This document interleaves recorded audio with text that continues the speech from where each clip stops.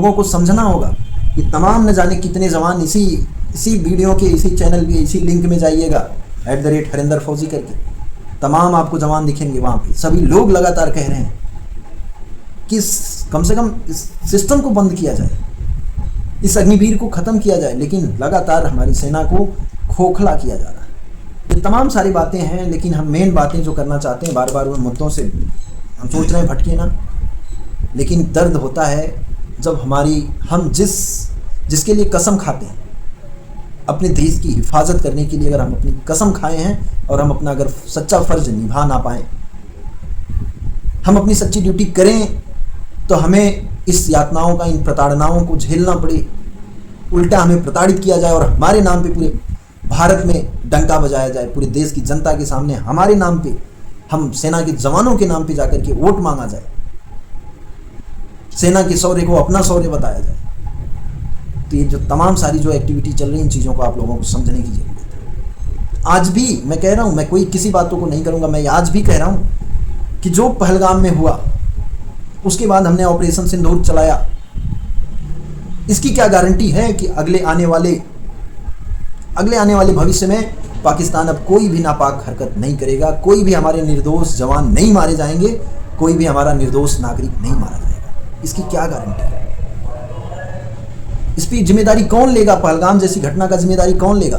पुलवामा जैसी जिम्मेदारी, उसकी घटना का जिम्मेदारी कौन लेगा?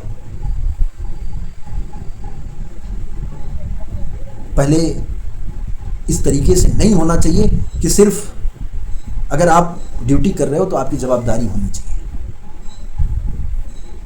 अगर आप पहरेदारी कर रहे हो तो आपकी जवाबदारी होनी चाहिए कि आखिर ऐसा ये सब क्यों हो रहा है। तो इन सब मुद्दों पे ज़्यादा बात हम करेंगे विस्तार से कभी जब समय मिलेगा, लेकिन अभी जो हमारे साथी बगल में बैठे हैं, ये भी किस सिस्टम से, किस सहायक प्रथा से क्यों परेशान हैं, एक्चुअली ऐसा होता है कि नहीं होता है, आपको कितने प्रमाण दूं, क्या कुछ आप लोगों को कितना बजरंगबली के जैसे सीना चीर के कितना दिखाने की कोशिश कर रहा हूं कि देखो, एक वीडियो आइडियोग्राफी के तहत जांच करा दो, अपनी सेना को मजबूत करने के लिए एक बार आवाज उठाओ। जैसे लोहा में अगर जंग लग जाता है, लोहा को अगर छुओ नहीं तो जंग लग जाता है, एक ही जगह रख दो। तो आज अगर आप सेना से सवाल नहीं करोगे, जिस दिन जरूरत होगी उस दिन ऐसे ही वही कहानी आएगी कि हम तो बड़ी ड्यूटी कर रहे थे। पाकिस्तान से तो हम निपट ले रहे हैं, 1-2 सर्जिकल स्ट्राइक करके, 1-2 एयर स्ट्राइक करके निपट ले रहे हैं, लेकिन हमारा मेन दुश्मन, हमारा मुल्क जो चाइना है, जिस पे हम बोलते नहीं हैं, जो न जाने कितने एकड़ ज़मीनें जो लगातार कब्जा कर चुका है, कितने नाम बदल चुका है कितनी जगहों की, उस पर हम नहीं बोलते। और सामने देखने को भी मिला, हम न्यूज़ के मुताबिक ही कह रहे हैं, सामने देखने को भी मिला कि पाकिस्तान का समर्थन चाइना ने बिल्कुल खुला समर्थन किया। तो हमारा मेन दुश्मन पाकिस्तान नहीं है, पाकिस्तान हमारे लिए कुछ भी नहीं है, हमें चाइना के लिए तैयार होना है। और केवल चाइना के लिए नहीं, चाइना पाकिस्तान दोनों मिल करके, दोनों लगातार हमारे मेन दुश्मन बन करके। तो हमें ऐसा अपने आप को तैयार करना है कि हम दोनों देशों से युद्ध करने के काबिल हों। और वो कब होंगे? जब सेना पे राजनीति नहीं होगी, सेना को मजबूत बनाया जाएगा, सेना को सिर्फ चेहरे चमकाने के लिए इस्तेमाल नहीं किया जाएगा।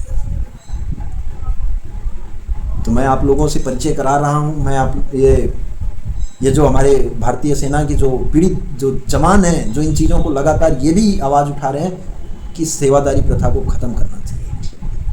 अपनी सेना को बचाने के लिए हाथ जोड़ करके निवेदन कर रहे हैं कि अपनी भारतीय सेना को बचाने के लिए इस सेवादारी प्रथा को ख़त्म करना चाहिए। अरे हम वहाँ पे अधिकारियों की, मैडमों के कच्चे बनियान धुलने नहीं जाते, उनके बच्चों के कपड़े धुलने नहीं जाते। यार कम से कम इस वर्दी की तो इज्जत करो। हम ये वर्दी पहनते हैं, इतना सम्मान के साथ राष्ट्र की सेवा करने के लिए इस उद्देश्य से सेना में जाते हैं, तो इतने ये सब काम ना कराओ। बूट पॉलिश करने नहीं जाते, कुत्ते घुमाने नहीं जाते, तुम्हारी पर्सनल गाड़ियों की मेंटेनेंस के लिए नहीं जाते, तुम्हारे घरों में मजदूरी करने नहीं जाते, तुम्हारे माँ बाप, तुम्हारे सास ससुर कौन कौन से ऐसे तमाम न जाने कितने लोगों के हेल्पर बनने नहीं जाते। लेकिन आज 40% सेना यही काम कर रही, 40 से ज़्यादा। ये आंकड़े हम नहीं देंगे एक्यूरेट, क्योंकि यही भी सारी चीज़ें तमाम सिक्योरिटी से जुड़ी चीज़ें हैं, लेकिन बहुत मैक्सिमम सेनाएं आज यही काम कर रही हैं। तो हमें एक ट्रेंड सोल्जर की ज़रूरत है, जो हमारी ट्रेनिंग में कटौती की जा रही है, जिससे ये हमारे सभी जवान परेशान हैं। तो ये अभी आपको बताएंगे एक्चुअली सेना में इस बड्डी सिस्टम से, इस सहायक प्रथा से क्या क्या कराया जाता है, क्या कितनी समस्याएं हो रही हैं, ये भी अपना पक्ष रख रहे हैं। तो हम उम्मीद करते हैं कि आप लोग इस आवाज़ को ज़्यादा से ज़्यादा लोगों तक ज़रूर पहुंचाएंगे, उस सरकार तक ज़रूर पहुंचाएंगे, देश के उस रक्षा मंत्री तक ज़रूर पहुंचाएंगे जो आज खामोश होकर के हमारी पीड़ा को नज़रअंदाज कर रहे हैं। बताइए अब। जय हिंद, मेरा नाम है पी नरेंद्र। मैं इंडियन आर्मी सोल्जर हूँ।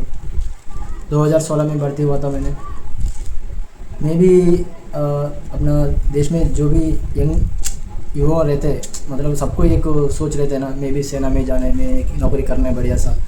सब लोग को जैसे रहते मेरे को भी वैसे था। मैं भी वो सोचकर मैं सेना में ज्वाइन हुआ था। लेकिन मैं जिस दिन ज्वाइन हुआ था उसके बाद 3 दिन के अंदर मुझे पता चला कि इधर कुछ और ही चल रहा है। मतलब जैसे हमको फिल्मों में दिखाए जाते, एक सोल्जर उधर गन लेके ऐसे बैठते, सब कुछ करे जाते, टेक्निकल काम जो सब कुछ, लेकिन वो नहीं है। सबसे पहले जैसे जाते हम सबको झाड़ू, पोछा, एक बाल्टी, एक पूरा दिया जाता है उधर सबसे पहले से। मैं सोचा था ठीक है, ये तो उधर अपना मेंटेनेंस है, ठीक है वो तो चलेगा, तो हो गया। फिर हम तो वैसे भी ट्रेनिंग किया है 5 महीने ट्रेनिंग करने के बाद ये वर्दी मिलता है। आप लोग समझना चाहिए, 5 महीने बेसिक ट्रेनिंग रहते हैं हमारा इंडियन आर्मी में। जो भी हो वो ट्रेनिंग तो करना ही पड़ेगा पक्का। उसके बाद ये वर्दी मिलता है, वो भी छुट्टी जाके आने के बाद देता है। ये जैसे ट्रेनिंग खत्म होता है उस समय नहीं देता ये। ट्रेनिंग खत्म होने के बाद छुट्टी जाके फिर वापस आने के बाद दूसरा जो अपना जो ट्रेड वर्क होता है वो ट्रेनिंग करने के लिए जाते हैं ना, उससे पहले ही दिया जाते मिलता है ये। फिर हमारे को वैसे उसके बाद वो भी ट्रेनिंग रहते 5-6 महीने, उसके बाद दूसरा भी ट्रेनिंग रहते, पूरा लगभग 2 साल ट्रेनिंग रहते पूरा एक इंडियन आर्मी सोल्जर का, एक रेगुलर जो भी हो सोल्जर का। उसके बाद हमारे को वैसे पोस्टिंग भेजा जाते। पोस्टिंग में है ना, उधर हम सब लोग सोचते हैं यार हम तो अभी सोल्जर बन गया, हम जाके मतलब बढ़िया सा ड्यूटी दे सकते हैं, अपना ट्रेड वर्क कर सकते हैं, सब कुछ ऐसे सोचता है। लेकिन क्या है उधर अपना ट्रेड वर्क से भी ज़्यादा हम जो सीखा है उससे भी ज़्यादा काम है, ऑफिसर्स का काम करना पड़ता है। हम जो ड्यूटी देने के लिए जाते फिर वो ड्यूटी से भी ज़्यादा ऑफिसर्स का काम करना पड़ रहा है, ताकि जब भी ऑफिसर है ना एक पार्टी बनाते हैं, उनका हर दिन हफ्ते में 1-2 बार पार्टी बनाते हैं उन्होंने मिलकर, सब मिलकर ऑफिसर मेस में। उधर बस सोल्जर्स है ना, सर्वेंट का काम करना है। सर्वेंट मतलब आप मान लो अभी जो भी हम होटल में जाते हैं उधर कोई भी हाँ भाई आ जाओ, मतलब हम बुलाते हैं ना, वैसे वो भी ये वर्दी उस समय वर्दी नहीं, जो भी हम जाना है वर्दी बन और वो ट्रे पकड़ के उसको दारू पिलाना है, चाय पिलाना है। उनका फैमिली लोग भी आते, रिश्तेदार भी, दोस्त लोग, सब लोग आ जाते उधर। हम क्यों ये वर्दी किस लिए पहना, किसके लिए पहना? ये किसका पैसा है? ये पूरा ये टैक्स का पैसा है, आपका भी पैसा है, सबका पूरा देश का पैसा है ना ये टैक्स का पैसा। आप लोग एक बार सोचना चाहिए, एक सोल्जर बनने के लिए कम से कम लाखों रुपए खर्च हो जाते हैं, वो तो है सबको पता है। ये इतना पैसा बर्बाद हो रहा है उधर। फिर आप इधर एक और बात है, हर एक ऑफिसर को अलग से अलावेंस मिलता है, अलावेंस, ताकि छोड़ो, आप ये बताओ मुझे रखने के लिए पर्सनल असिस्टेंट को, मतलब सिविलियन को रखने के लिए 20,000। वो ठीक है, वो सब कुछ सबको पता है, नहीं जिनको पता होगा वो कर लेंगे। कुछ लोग ये कहते हैं कि ज़बरदस्ती बड्डी किसी को नहीं भेजा जाता, तो आपको ज़बरदस्ती भेजा गया या? बिल्कुल, ये इसके बारे में आप बताओ, मतलब ज़बरदस्ती भेजा जाता है या नहीं भेजा? मैंने सबसे पहले उससे पहले जो जाता था वो छुट्टी जाने के लिए तैयार हो गया। उसी समय मेरे को पता चला वो मेरा नाम ले रहे, मैं बिल्कुल मना किया था। मेरा जो उधर के जो HMT है, मैं नाम नहीं लेना चाहता हूँ, HMT सर है वो, HMT को मैं सर को बता दिया, सर ये काम मेरे से नहीं होता, चाहे आप मेरे को लगातार ड्यूटी डालो, मैं ड्यूटी दे दूँगा, लेकिन नहीं यार। वो फिर जेसीओ के पास लेके गया, तो जेसीओ साहब ने बोला भाई हम सब लोग यही काम करके आए, हम सब लोग इससे भी ज़्यादा काम किया, ऐसे बोला। फिर मैं क्या करूँ साहब, मैं तो, आप किया होगा शायद आपको अच्छी लगी, लेकिन मेरे को तो नहीं। मैं ये वर्दी पहन कर ऐसे काम करने के लिए तो मैं नहीं जानता था, चाहे आप कुछ भी करो। फिर भी मेरे को ज़बरदस्ती फिर बुलाया ऑफिस में, फिर 2-3 घंटे मेरे को वार्निंग किया, मतलब समझाया, ये बोला वो बोला, बहुत कुछ बोला। फिर भी मेरे को ही भेजा ज़बरदस्ती। 4 महीने काम करवाया वैसे। आप बताओ, अभी मैं ड्यूटी देने के लिए गया था, 4 महीने, मान लो 4 महीने मेरा सैलरी है उस समय 50,000 का, 2 लाख रुपया, किसका पैसा है भाई, किसका बर्बाद हो रहे। फिर वो आप एक भी समझना है, दिन भर उधर जाना है, फिर रात को ड्यूटी भी देना है, रात को ड्यूटी देना है, हाँ, ताकि सिर्फ ये ट्रेड वर्क नहीं होता, ट्रेड वर्क करने के लिए मौका नहीं, ताकि वो हम उधर जाके आते, फिर दिन में, फिर शाम को सीधा ड्यूटी पे जाना, फिर सुबह आना, सुबह फिर सीधा जाना उधर। आप समझो अभी हमारे साथ क्या होता है। इंडियन आर्मी में जितने भी ऑफिसर्स है उन सबको एक बड्डी रहते हैं फील्ड एरिया में, फील्ड एरिया में तो कम से कम एक रहते हैं, जो भी वो लेफ्टिनेंट हो, चाहे वो कैप्टन हो, मेजर हो, जो भी हो, एक बड्डी तो मिनिमम। वही मैं भी कह रहा हूँ, पीस एरिया में तो मान लो 2-2, 3-3, 4-4, 5-5 अलग अलग, वो तो आंकड़ा अलग ही रहता है। वो कैप्टन तक एक बड्डी रहता है कम से कम फील्ड एरिया में। कैप्टन के बाद उनकी मर्जी है, क्योंकि उसके बाद वो कंपनी कमांडर बन जाते हैं, फिर कोई सीओ बन जाता है, कोई कुछ और कोई पद हो जाता है, तो उनके पास फिर वो अलग ही हो जाता है कि वो कितने मन मर्जी मुताबिक हो, 4, 5, 7 जितने उसको ज़रूरत है, वो अपनी ज़रूरत के अनुसार वो इतने बंदों को रखेगा। आप अपनी ट्रेड ट्रेनिंग कर रहे हो नहीं कर रहे हो, आपका ट्रेड आप किस लिए हो, कौन से काम के लिए, सभी भारतीय सेना में सभी लोग ड्यूटी देने के लिए नहीं बने हैं। ये चीज़ हमारे शायद देश को नहीं समझ में आ रहा हो, आम लोगों को नहीं समझ में आ रहा हो, तो मैं बता रहा हूँ कि सभी लोग सिर्फ ड्यूटी देने के लिए, कि हथियार उठा करके ड्यूटी देने के लिए नहीं बने। उनके अलग अलग ट्रेड होते हैं, अलग अलग उनके काम बटे होते हैं, उसकी उन्हें सिखलाई दी जाती है। लगातार उन सब चीज़ों को लगातार वो अपनी जीवन में नया चीज़ें सीखते रहते हैं, शुरुआत करते हैं, नई चीज़ों को सीखते हैं, नए इक्विपमेंट आते हैं, नए चीज़ें आती हैं, उस हर नई चीज़ों को सीखना, उन सब चीज़ों पे काम करना। तो ये सारे नए काम को, उन सब चीज़ों को तवज्जो नहीं दिया जाता जितना तवज्जो दिया जाता है कि हफ्ते में कम से कम मान के चलो 4-5 पार्टियाँ होनी हैं हर रोज़। आज किसी एक अफसर की बर्थडे है, कभी उसकी वाइफ का बर्थडे है, कभी उसके बच्चे का बर्थडे है, कभी एनिवर्सरी है, कभी कुछ है, मतलब किसी न किसी का कुछ ना कुछ आता ही रहता है। और वही तक नहीं, कभी माँ बाप आ गए, कभी उससे भी दूर मदर इन लॉ आ गई, फादर इन लॉ आ गए, वहाँ से साली साहिबा आ गई, ऐसे मतलब जितने रिलेटिव, क्लोज रिलेटिव हैं सभी लोग आते हैं, और पूरा वेलफेयर लेने के लिए सेना के अंदर। क्यों? क्योंकि सेना के अंदर ना मीडिया है, ना कोई माई बाप है। सेना के ऊपर उंगली उठाने वाला तो कोई भारत में है ही नहीं, लेकिन सेना से सवाल करने वाला भी कोई नहीं। अगर शायद सेना से अगर कोई सवाल करने वाला होता तो आज इस तरीके से दादागिरी सेना के अंदर नहीं चलती। अरे हम इतना कुर्बानियाँ दी रहे हैं, सरहद पे शहीद हमेशा जवान हो रहा है, हवलदार, सिपाही, नायक, सूबेदार, ज़्यादा से ज़्यादा नायब सूबेदार, लेकिन वीर चक्र, कीर्ति चक्र, शौर्य चक्र सब कुछ हमारे आका लोग ले रहे, बड़े बड़े अधिकारी महोदय ले रहे। हमें नहीं चाहिए वीर चक्र, कीर्ति चक्र, शौर्य चक्र, कम से कम सम्मान तो दे दो, कम से कम हमसे हमारा काम तो करवा दो, हमें हमारा सिखलाई तो दे दो। हमें जलील किया जाता है, अगर कोई मना करता है तो उसे थप्पड़ मारा जाता है, उसकी माँ बहन की गालियाँ दी जाती हैं, उसे ज़बरदस्ती 3-4 दिन 5 दिन पिट्ठू में ऐसे न जाने कौन से पनिशमेंट दिए जाते हैं। ऑर्डर डिसिप्लिन का केस लगाया जाता है, डिसोबे ऑर्डर का केस लगा करके उसे सज़ा की जाती है, फाइनेंशियली उसको लॉस किया जाता है, और यहाँ तक कि अगर उसने ज़्यादा मुँह खोला तो सीधा घर भेज दिया जाता है, एक कलंक लगा करके, जिसे कि कोई पूछेगा नहीं। जैसे अगर एक सेना में अगर एक जवान जब जाता है तो पूरे गांव का, पूरे क्षेत्र का सर फक्र से ऊंचा होता है कि हमारे गांव का, हमारे घर का, हमारे क्षेत्र का एक लड़का फौज में गया है। जैसे नाम रोशन करता है, उसी तरीके से जब उसको लात मार करके फौज से ये अधिकारी निकालते हैं अपने उस पावर का मिसयूज कर करके, तो उतना ही उसी नज़रिए से, उस गंदे नज़रिए से देखा जाता है कि इसको सेना से निकाल दिया गया। सिर्फ क्यों? क्योंकि उसने आप उन अधिकारियों के, मैडमों के कपड़े नहीं धुले थे, उनके पर्सनल काम नहीं किए थे, उनके बच्चों की देखभाल नहीं की थी, उनके कुत्ते घुमाने नहीं गए थे। सिर्फ इसलिए नहीं कि वो राष्ट्र की, देश हित की, देशभक्ति दिखाने से पीछे हटे थे, इसलिए नहीं, सिर्फ इसलिए कि उसने बूट पॉलिश करने से मना कर दिया था। बोला हम आपका बूट पॉलिश करने नहीं आए। सिर्फ इसलिए कि उसने उसकी मैडम के कपड़े धुलने से मना कर दिया था। मैडम, हम आपके कपड़े, आपके नौकर नहीं बनने आए, हम देश के नौकर हैं, देश की सरकार के नौकर हैं, आपके नौकर नहीं हैं, आपके बच्चे के नौकर नहीं हैं। सिर्फ इसलिए उसे घर भेज दिया था।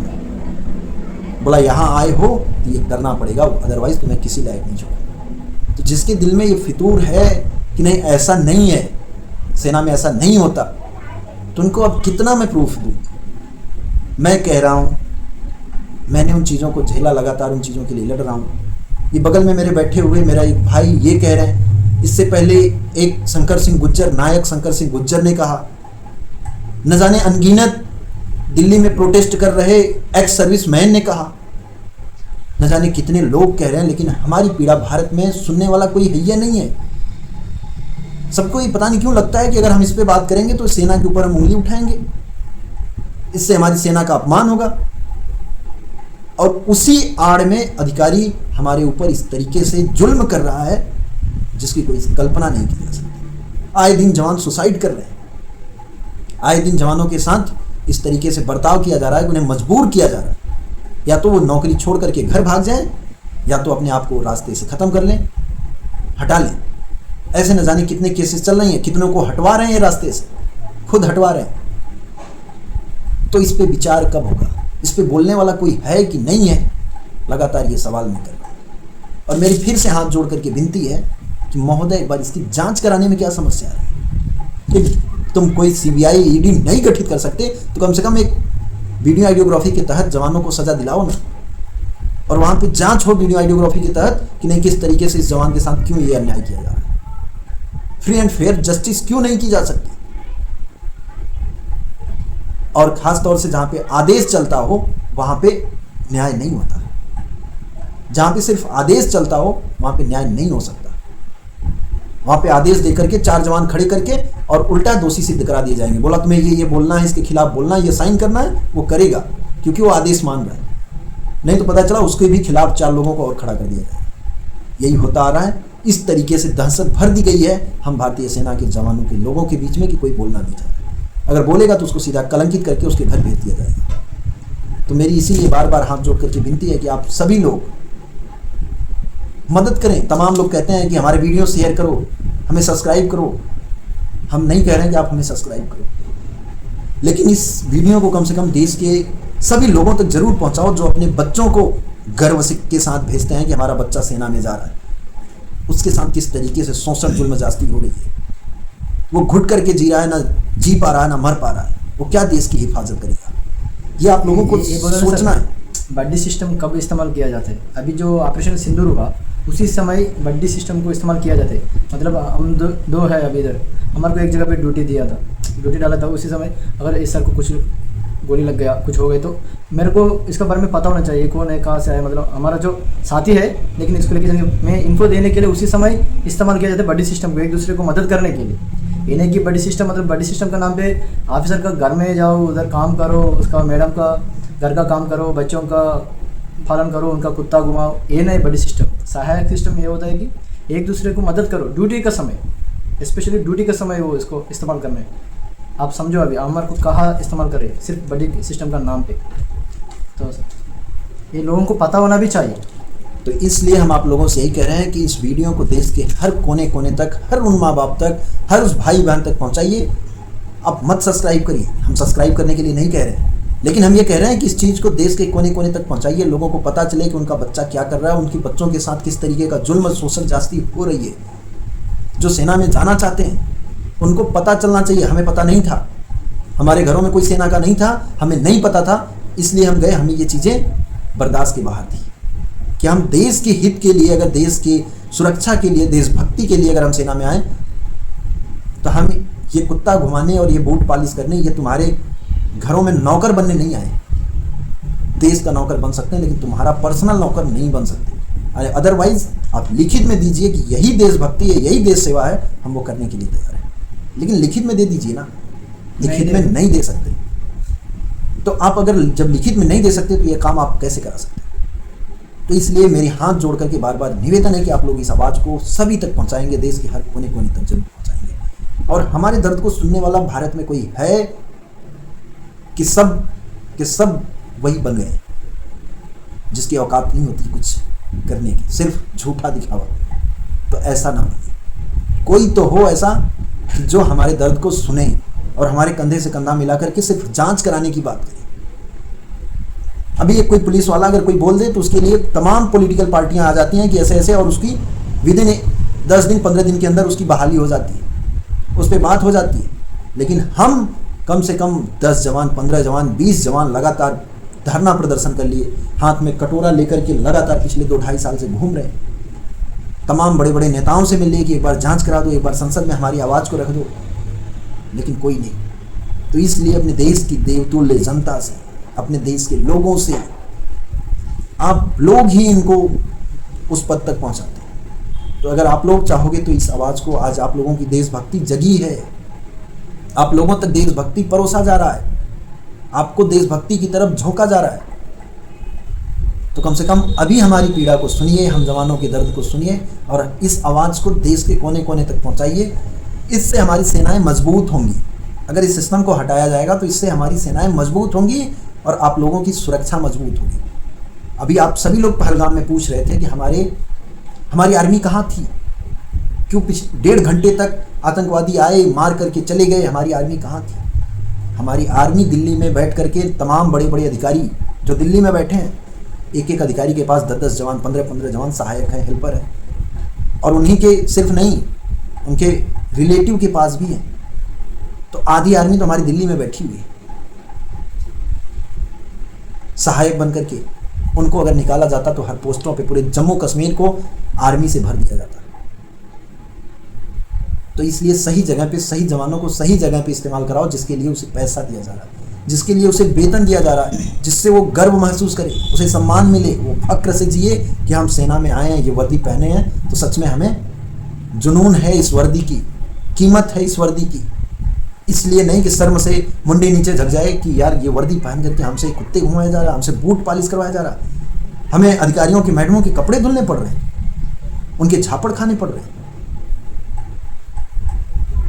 तो इसलिए आप लोगों से बार बार निवेदन है और उम्मीद करते हैं कि आप लोग इस सच्चाई को देश के हर नागरिकों तक पहुंचाएंगे, भारत के हर लोगों तक पहुंचाएंगे। जय हिंद, वंदे मातरम, इंकलाब जिंदाबाद, भारत माता की।